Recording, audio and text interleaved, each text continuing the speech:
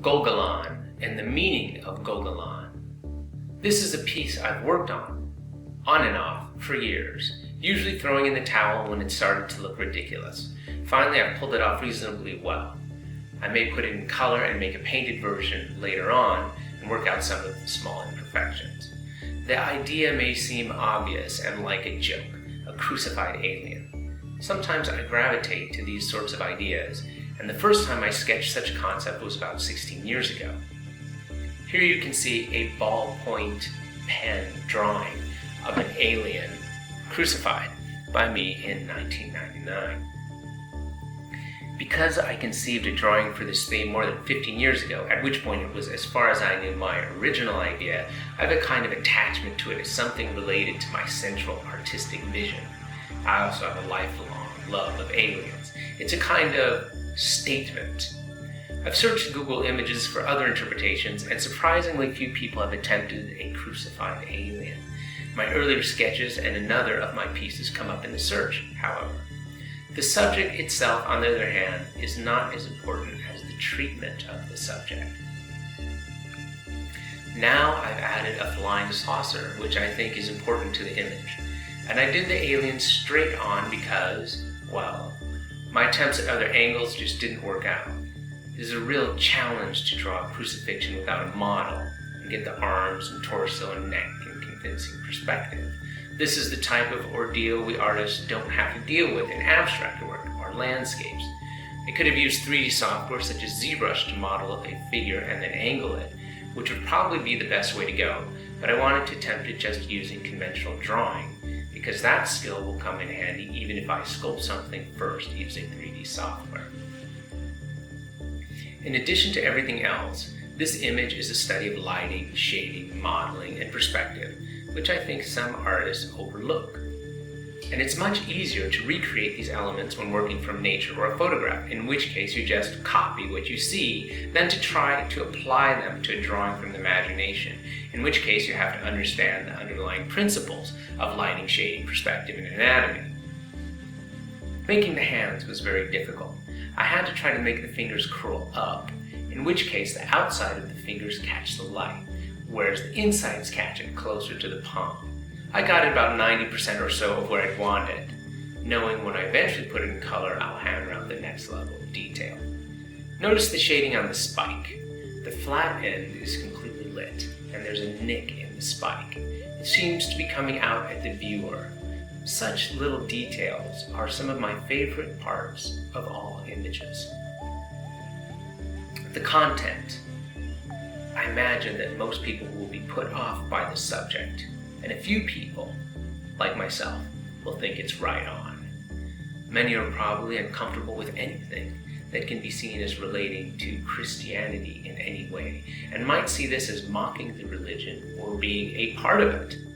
It isn't either. My interest in crucifixions comes from art history rather than Christianity, and this can be seen as a contemporary version of the art historical genre of the crucifixion. You might imagine that in my art history classes, I could get a little bored and sleepy sometimes, but generally when crucifixions came up, that would be intrinsically interesting because you have a person who has been hammered into a piece of wood. That's just more interesting than, let's say, the side panels with the patrons or seeing another still life. Here I mixed the crucifixion in with aliens, which I love, such as from the original movie version of The War of the Worlds. Here is the dying alien arm hanging out from one of the crashed Martian ships in War of the Worlds from 1953. I saw the movie first when I was around 10 to 12 years old and was really impressed by it. You could say I was haunted by it. At this scene, I wanted nothing more than to be able to see inside the Martian's ship. But we never got to see it. It's difficult now, after the deluge of third-rate sci-fi horror movies with over-the-top computer effects, to remember the initial fresh impression of a bubbling alien arm protruding from an alien ship crash-landed in 1950s America. I know this was at the height of the Red Scare, but for me as a kid, Growing up in Los Angeles in the 70s, the aliens, though evil, represented the unknown becoming palpably present. A crashed spaceship from another planet is just a fascinating thing, especially back then, and I can hardly think of anything that could be potentially more interesting. I've discussed this elsewhere, but my interest in sci-fi harkens largely back to the shows I saw on TV as a kid, and how exciting I found them then, rather than to the newer sci-fi, with some wonderful exceptions like the 1986 remake of The Fly, which I also made an interpretation of. And I was chiefly fascinated in the movies by the monsters. You could say that the monsters represented the numinous. And of course, I have a lifelong love of monsters. I mention this because I want to maintain the thread of my initial love of art. When I was in grad school, I was supposed to embrace anti-art and conceptualism, and as a grad student, the only viable option for me in my radical art department was to make installations about my white male privilege. If I wasn't going to deconstruct my white male privilege, anything I was going to do would be considered irrelevant. But I didn't become an artist because I wanted to trash myself for being a white male, or because I wanted to make pieces that derided traditional visual art. I wanted to be an artist because I loved visual images, irrespective of the politics or genetic makeup of the artist who made them. I liked stills from sci-fi and horror movies. I liked art on book covers and in magazines. In the end, my art is informed by my art school background, but I refuse to abandon my real passion for art. There are several possible interpretations of the image. I gravitate towards ambiguity a lot, and the possibility of divergent simultaneous interpretations or perspectives.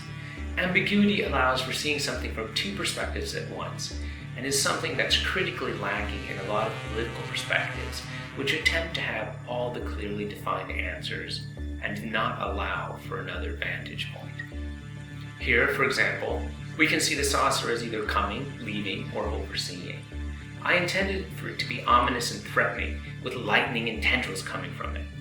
It is also austere and impenetrable. The saucer could be abandoning the alien, or us, perhaps out of disappointment, or it could be coming for vengeance.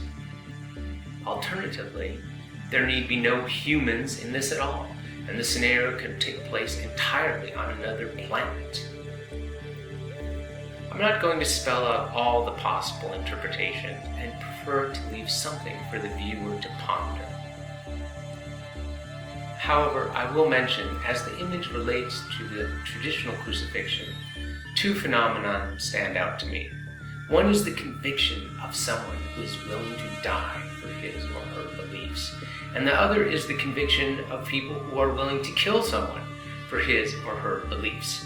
This stresses the importance people attach to beliefs and the capacity of humans to hold entirely separate and antagonistic views as the only and incontestable truth. As I get older, I can recognize absolute beliefs more clearly and the danger they represent. However one slices it, this is a spiritual image of sorts, even if it's just a kind of pseudo-awe for atheists, existentialists, or postmodernists raised on sci-fi movies. I did intend for it to have some of the gravitas of an art historical crucifixion, as well as deal with the death of the ego, scapegoating, and humiliation.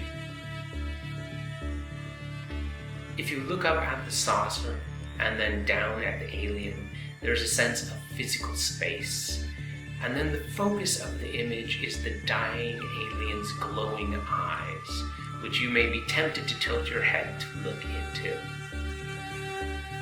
Oh, and I forgot to say what the meaning of Golgolon was. There is no meaning. It's just meant to be suggestive.